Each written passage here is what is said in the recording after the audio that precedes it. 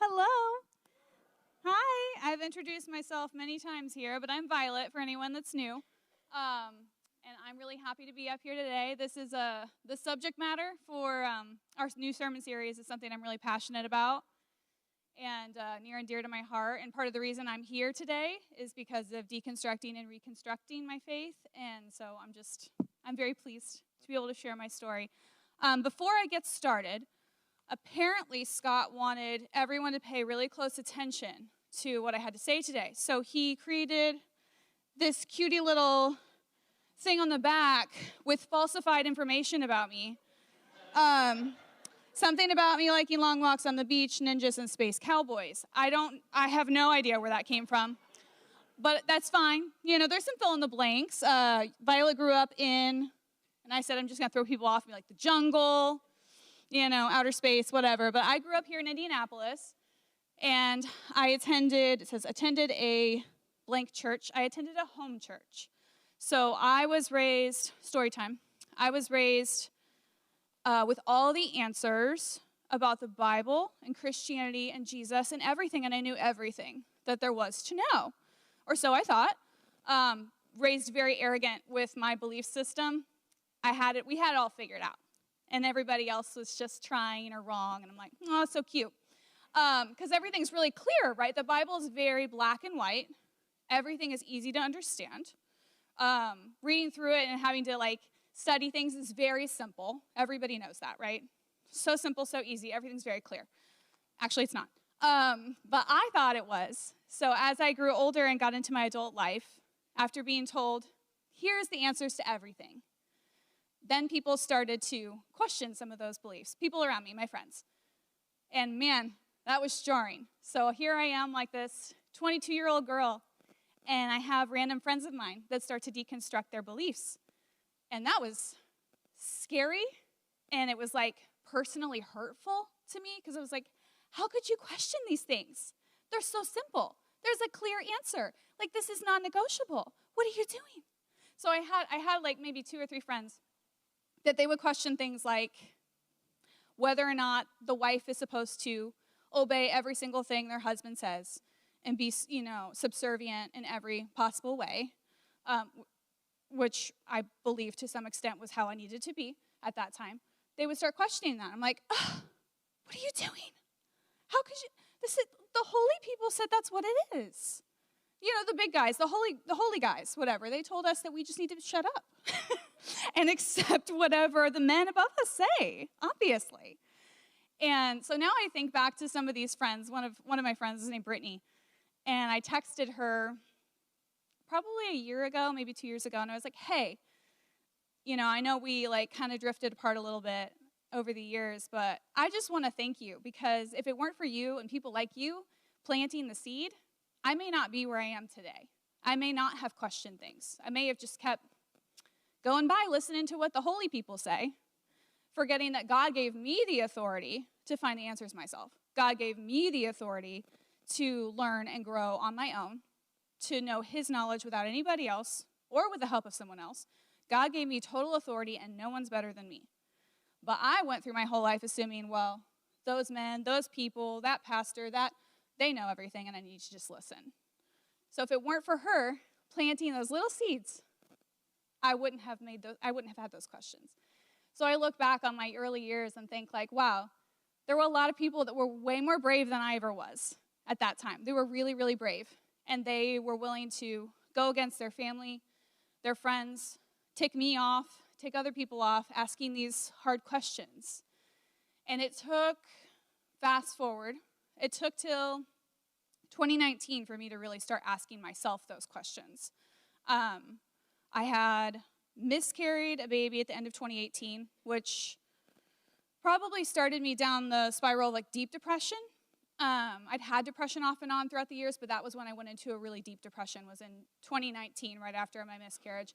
Feeling very alone and not connected with my husband. Turns out he was on a whole other journey of deep darkness himself. We were just very separate, living our lives very separately at that point. By the end of 2019, our marriage pretty much fell apart. And that was when I went, I've been doing all the things I was told to do. I've been a good little housewife. I did all the things everyone said to equate to a perfect marriage. I pray, I volunteer, I do all the things, and I abide by all the rules. Most importantly, I abide by all the rules. I've always been a good girl. Why is my life falling apart? And it wasn't until I remember a night in 2019 where I literally cried out to God and said, like, I am 100% alone. I've done everything that I was told to do, and I'm 100% alone. Like, this is it. And I remember that was the first time that I felt in my life that I heard the Lord say, like, I'm here and I always have been. And that was what started me down a completely new path of my faith, where I was like, God isn't all the things that I was taught. He's not just teachings. He's not even just the Bible. God is God. The Bible is a tool to help me understand him, but he is God. No pastor, no person, no anybody in my life is God, and nor do they get to tell me what God is. We're all just on this like life journey together trying to figure out God and understand God and become like closer with him, but they're not the reason that I have to view God this way. So I started my journey at the end of 2019 to understanding who God is and the kind of relationship I want with him that I never had before, really. I thought I did. I thought that I knew God well. I thought I knew all the answers too. So I was like, oh, I have this, question about a certain subject matter. I remember one of the subject matters was, where did Cain get his wife? And I thought I knew the answer to that growing up. Someone's nodding. Where did this wife of Cain come from? I don't understand. Like, I remember me and Grant, my husband, we were studying together. I'm like, what the heck? I thought I knew the answer to this, but that doesn't make sense. Where did Cain's wife come from? And then it was just, she's going to ask 200 questions this year, and I'm going to be like, okay, I don't know anything, and I'm glad about it. I'd rather not know anything and not have perfect answers for everything than to tell people I do. You know what I mean? So 2020 hit, and that was when we found TikTok. And people always bash TikTok or whatever, but that was where I found my people. Like, I found people like me that had been raised with a specific set of beliefs, and they were concrete in them, and they were going, this isn't what I thought it was, or this doesn't make sense anymore, or this conflicts with this. Now I'm questioning everything, and I felt very seen by a lot of people on TikTok. So my TikTok algorithm is just funny animal videos, deconstructing people, maybe some aliens. I don't know. You just throw a few things in the mix, but it's mostly, very targeted at Christians that are deconstructing, and I just felt very safe there. And that's where me and Grant went. We after our marriage fell apart, I mentioned this a couple years ago, but we were reconciled in the most ridiculous God way imaginable. So he had an encounter with God like mine in the same time frame, and we were able to reconcile and come back together and then start our journey of deconstructing. And it was really cool, and there was a lot of guilt about the way that I had acted throughout my adult and child life, the holier-than-thou approach I had towards a lot of people. And then I got to this place where I'm like, oh, yeah, I don't really know much of anything, but I'm happy to be on the journey of learning, and I'm happy to be getting to know God for the first time, really. And since I started that journey, I feel connected with him when I pray. I feel a desire to learn and an excitement to find the answers to things that I didn't have before. I already knew everything when I was a teenager and a kid, right? I had an answer to everything. Everything was clear. But now it's not, and I'm excited about it. I'm like, oh, I'm going to ponder on that. That's kind of cool. That's interesting. God says that we see through glass darkly in this life. And I think about that all the time because we're not meant to see everything perfectly. We're not meant to understand everything. Not even the angels understand everything. So why would we? We don't have the answers. Jesus Christ barely ever gave answers. People would ask him questions all the time. And he'd be like, I'm going to tell you a story. And then not answer their question. And then walk away, real cool, drop the mic and walk away. And then they're just like, what does this mean? And he's like, I don't know, think about it. And I love that. I love that he rarely said, oh, it's clear, it's this. He let people ponder things in their own heart. He let their conscience talk to them and go, what is right? What am I taking away from that story that Jesus just told? And so that was something that I wrestled with all my life. It's like, well, these things feel wrong in my conscience, but the answers are clear. I've been taught it's this way, so that's what it is. And so for the last few years, I've been going, oh, that doesn't feel right. That doesn't seem right. That doesn't seem like Jesus. So I'm going to question it and work through it. And I've never felt freer. I've never felt happier. I've never felt more connected to God. So that when in 2022, after just a lot of life hurdles to jump through, lots of babies on top of babies that I had, I got diagnosed with cancer. And it was stage 3 breast cancer, which is like, pretty bad. It's pretty bad. I remember that first week, I'm like, okay, I'm going to die. Like, God got me through all this craziness just for me to die. It seems kind of like a wild few years, and then I'm just going to die. And I kept thinking about Paul, and I still think about Paul all the time, where he, in one of his letters, was talking about, I wish I had the scripture reference. I don't. I'm not a pastor. I'm not prepped. I didn't even look at my phone. I forgot I was supposed to.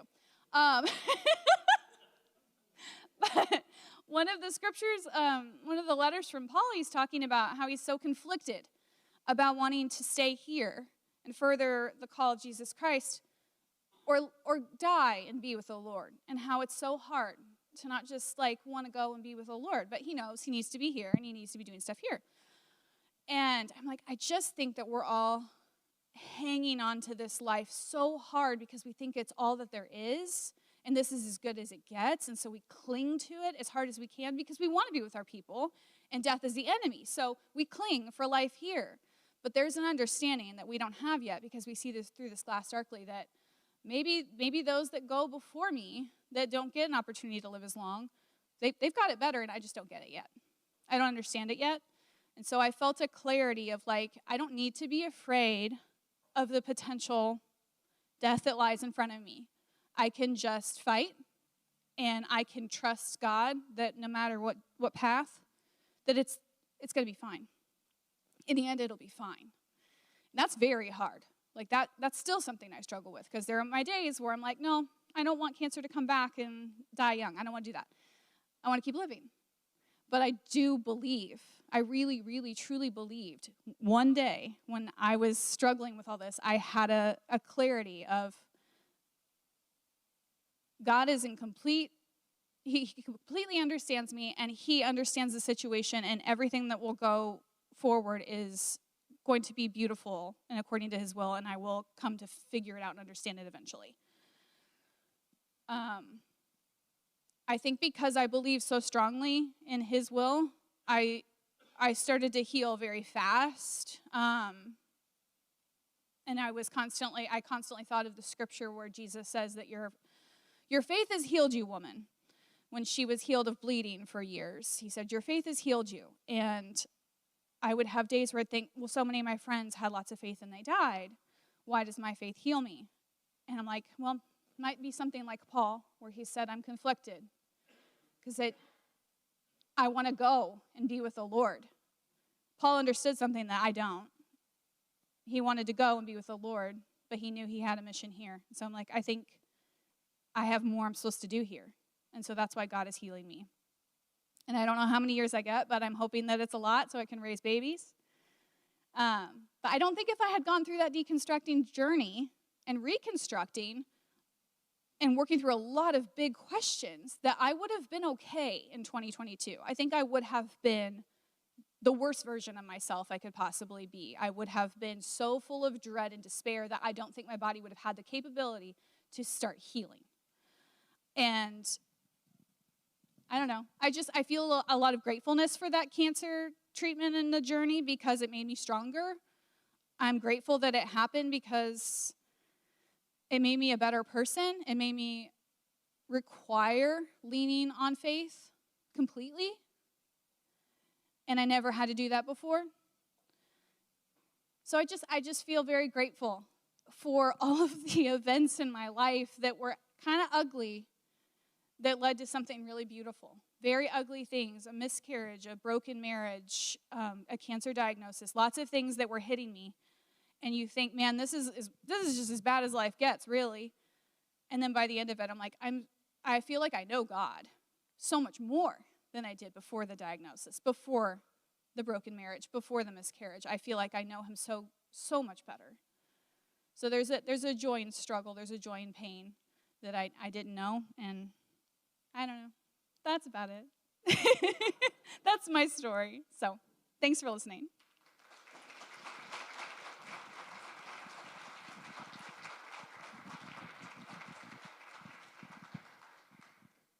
Thank you for sharing, Violet. That was beautiful.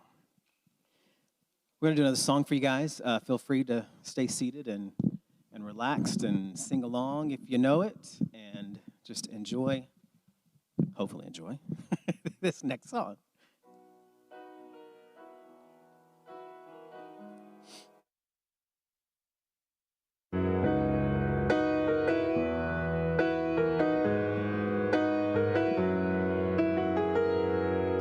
Who am I that the Lord of all the earth would care to know my name, would care to feel my hurt? Who am I that the bright and morning star would choose to light the way for my ever-wandering heart? Not because of who I am, but because of what you've done. Not because of what I've done, but because of who you are. I am a flower quickly fading, here today and gone tomorrow. A wave tossed in the ocean, a vapor in the wind. Still you hear me when I'm calling. Lord, you catch me when I'm falling, and you told me who I am. I am yours. I am yours.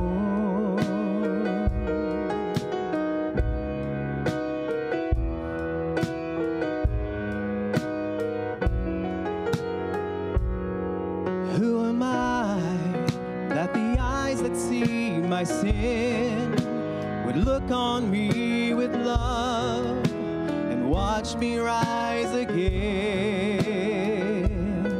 Who am I that the voice that calmed the sea would call out through the rain and calm the storm in me? Not because of who I am, but because of what you've done. Not because of what I've done, but because of who you are. I am a flower quickly fading, here today and gone tomorrow. A wave tossed in the ocean, a vapor in the wind. Still you hear me when I'm calling. Lord, you catch me when I'm falling, and you told me who I am. I am yours. I am yours. Oh, I am yours. I am yours. Whom shall I fear? Whom shall I fear? 'Cause I am yours, I am yours. Whom shall I fear? Whom shall I fear? 'Cause I am yours, I am yours. Whom shall I fear? Whom shall I fear? 'Cause I am yours.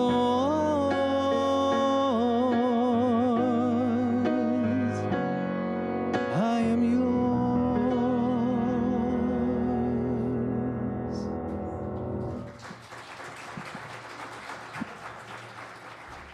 And I believe next we have Larson Hicks. Come on down. You're the next contestant at Fate.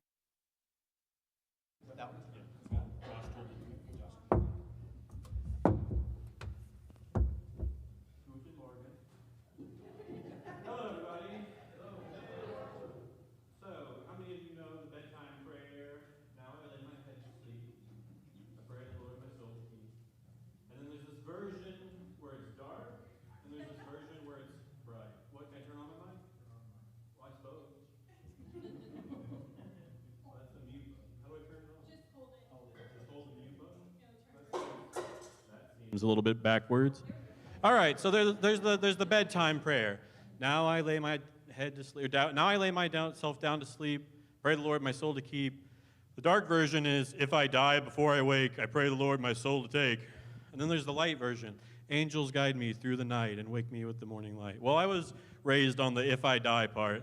So not going to bed was always an anxious thing for me, and I couldn't really place where that anxiety came from. But I was raised with that one. So I remember when I first got into deconstructing my faith. It came at a time right before bedtime. I was going to bed, and I remember having a friend that I went through most of high school with who had horrendous headaches and fainting issues and heart issues, and I felt like my best friend was having these issues, and God was abandoning him. So why should I believe in a God that treats my friend so horribly? And that was the kind of the beginning of my deconstruction. Right now, I think as a modern person, I'm like, that didn't make any sense. But I was a dumb hormonal teenager, so nothing made any sense, and I didn't have a way to think things through. But I remember one night stopping and saying, okay, I'm done with this God stuff, this religion stuff, and I just don't believe anymore. And so that night I went to bed and went through the next day, did my regular schooling. And when I got home and went to bed that next night, I remember laying down, closing my eyes, and saying, now I lay myself down to sleep. I pray the Lord my soul. Wait a minute, I don't believe in God anymore. And I remember God saying, well, too bad, because you're going to instinctually recite that prayer in your mind, regardless of whether you think you believe in me or not. And so through a little bit of high school, I struggled with faith and believing. And God never gave up on me and continued to pursue me. And I think that was a powerful testimony to who God is and how much he loves us. Because even though I, in my ignorance, said, I don't believe in you, he continued to say, well, I believe in you. And so I went through that phase. And then after high school, I kind of settled back into the realization that I am a Christian. I don't know that I'm ready for things like church and daily reading of the Bible quite yet. I'm caught up in having to get a job, having to get ready for college, having to manage all these relationships in my life. And so through the beginning of college, I was back and forth. Sometimes I'd feel the inspiration to read the Bible. I'd feel the inspiration to go to church. And I'd try to capitalize on that as I could and not let that kind of inspiration leave me. But there was no kind of system to it. There was no devotional to it. Which I still think is fine. I think it's good to have those periods in your life where you're like, okay, God, I got to rebalance and recalculate all these things going on. But as I began to struggle really bad with anxiety and depression and tried to make a better commitment, coincidentally, of keeping off of the internet, unlike Violet's testimony where she decided to get on TikTok more often, I decided I got to cut Twitter out of my life because this is killing me. And I'm getting anxiety and depression every day over something new I see online. And making that space for God 5 or 6 years ago was a great time for me because it's like, okay, I'm putting aside this thing that is clearly fueling bad emotions, and now I'm going to try and focusing on God, and that helps build up the good emotions. And so there began a structuring of some kind of weekly biblical interaction in my life, reading. There's the decision that we really want to focus on trying to find a church again. And it was around the time that I got my current job, which I work at a missions organization, so I help send missionaries overseas. And around the time I got that job, really cemented to me that God wanted me to increase my time with him, not out of the sense of I need to increase my time with God to look good for this job, but I've been blessed with a job that gives me stable income to help my life, And because I'm so blessed, I want to show God that I love him so much for it. And so I began to re-engage on a more daily basis with the text, reading articles online about Bible and about Christianity, and supplementing the Bible with those kinds of things instead of going on Twitter and looking about how the world's on fire and global warming is going to kill us all. So that was a way better shift in my habits and my time use and my focus in life. And just being surrounded by Christians every day at work was another great immersion time for me to connect better with God and realize that I was slacking, but it was me who was realizing I was slacking. Because if anyone else told me I was slacking, I would push them out, and I would not want to hear that. Nobody wants to be told that by somebody else. But I think that God wants everyone to have their own room to come to those realizations where they want to improve in their lives, and not be told and ordered by other people to do it. So I was very thankful for God to bring me to that realization that I want to grow more in my relationship with him and how I interact with the world through that lens. So that was just a great blessing. So about a couple months into working at it's One Mission Society on Fry Road is where I work, we were like, okay, we learned that our rent was going to be increasing by like $300 at our current apartment, and we were not going to have that. And so I checked if there were any openings on the campus around One Mission Society, because the company owns the immediate houses in like a three-sided square radius around the building. And I said, hey, I work here. Is there any openings I could see for a living situation? And we found a 3-bedroom, 2-bathroom house with a garage. And they're like, yeah, this is open. We can get you on there. We'll have to cut out some of the renovations we're doing. And I'm like, that's fine. We just need to get out of this apartment because we can't pay this $1,200 a month. And I was like, okay, let's go check it out. Let's go sign the lease. And I was like, all right, how much is rent going to be? And they're like, oh, $630 a month. And I was like, another undeserved, unearned blessing from God to have that cheap of rent, to be walking distance. I mean, literally a minute walk from my work, to see my building from my backyard, to have my wife working from home, to have this cheap place to live. More and more I was like, God is blessing me when I don't deserve it. When I gave up on him in high school, when I told him I don't believe in him, when I slacked off and didn't commit to any kind of relationship with him, he continues to bless me and I don't deserve it. So that has been a profound shift in my perception of the world and how much I desire to want to get to know God. And it came with how much am I going to be willing to ask questions and trust him to have answers on his own time. So within getting that job at One Mission and to now is when I've had the reconstructing phase, where I've asked the hard questions about subjects that we deal with a lot in this church, like homosexuality or young earth versus old earth creationism, those questions that are the tough questions. But because I had that mentality that God's blessed me so far, God will continue to bless me with answers, it's made that exploration process all the more interesting. So I like to keep it simple in my relationship with God. How many of you know about quantum physics? Yeah, exactly. I figured David Milsheimer would, of all people. So I've poured into a lot of research about how does science support God, and how is God not the God of the gaps, but God who is artist and illustrator. And so one of the things that I grew recently was with that kind of development, that God seems to have been creating these rules, these fine-tuned things, these things like quantum physics. And so I found a point in my life where God continues to show me answers to every question I've had.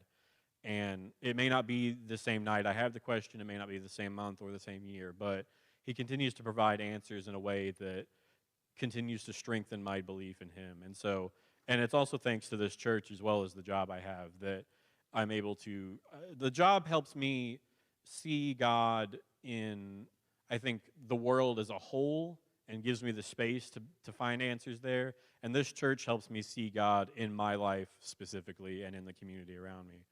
And I'm very thankful for that and blessed to have that. And so that's how I've continued to reconstruct my faith, based off just that continued unearned, undeserved favor that God said, well, you're trying to hide from me, you're trying to escape me, but I'm not going to let you, and I'm going to pursue you. Not as an angry father would pursue you, but as a passionate, loving father would pursue you, to help make sure that you're not going to get yourself hurt or get yourself lost. And so that's been my time reconstructing faith for sure. I forgot to set a timer, so I don't know how long in I am. I set it for 10 minutes, and then I didn't hit start. But I feel like I haven't talked as long as Violet, so I'm going to talk about a couple other things. I figured that's a good gauging point.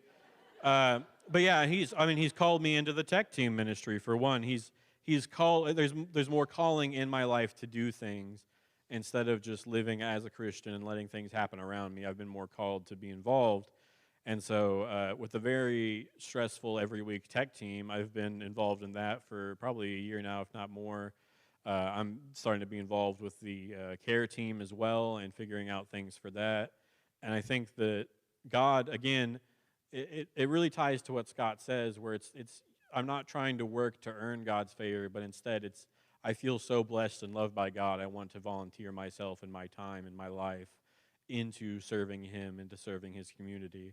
And so just letting that be the reason why I do things is so important, because I also grew up in a perfectionist household, and that is absolute poison for your relationship with God. If you have a perfectionist household that, have all these expectations around you, you feel like that's how God looks at you, that you have to perform these things, you have to do these, read the Bible this many times a day or week, etc. And being able to deconstruct that, which is still a process for me, has been a great time as well with this environment here at church and with the environment I have at work. There's so many times where I've gone at work and just said, I'm going to go to the prayer room and cry for 45 minutes. I'll be back. And I will be clocking this as work time, so you will be paying me because I think it's necessary to help me build my faith more, and building your faith more is part of your job description at work, so that's a good thing, I think. Yeah, being able to take apart that perfectionist mindset and try to, I have to stop it, because I realize that God doesn't look at me like that, and I don't want to look at anyone else like that. And so that's one major struggle that God's been helping me through, and I've been reconstructing my faith around the idea that Scott enforces, which is, it is not, as the song we just sang, it's not because of who I am or what I've done. It is because of God's identity as someone who loves me that I feel that I always use the metaphor in my mind that I want God's love to fill me and overflow like a cup that overflows. Fill me with love and passion to overflow to others in my life. So focusing on that as a core tenet and belief of how I look at God has been just absolutely amazing in helping me to try and deconstruct that the perfectionism that I'm dealing with and going through, and reconstruct just the one-sided or the unconditional love that flows from God to me and that I want to make flow from me to others. So yeah, it's been a great time. I'm glad for Faith United Church of Christ. I'm so glad to be here. I'm so glad to have each and every one of you in my life. So thank you all for your time today, and we'll on to the next song.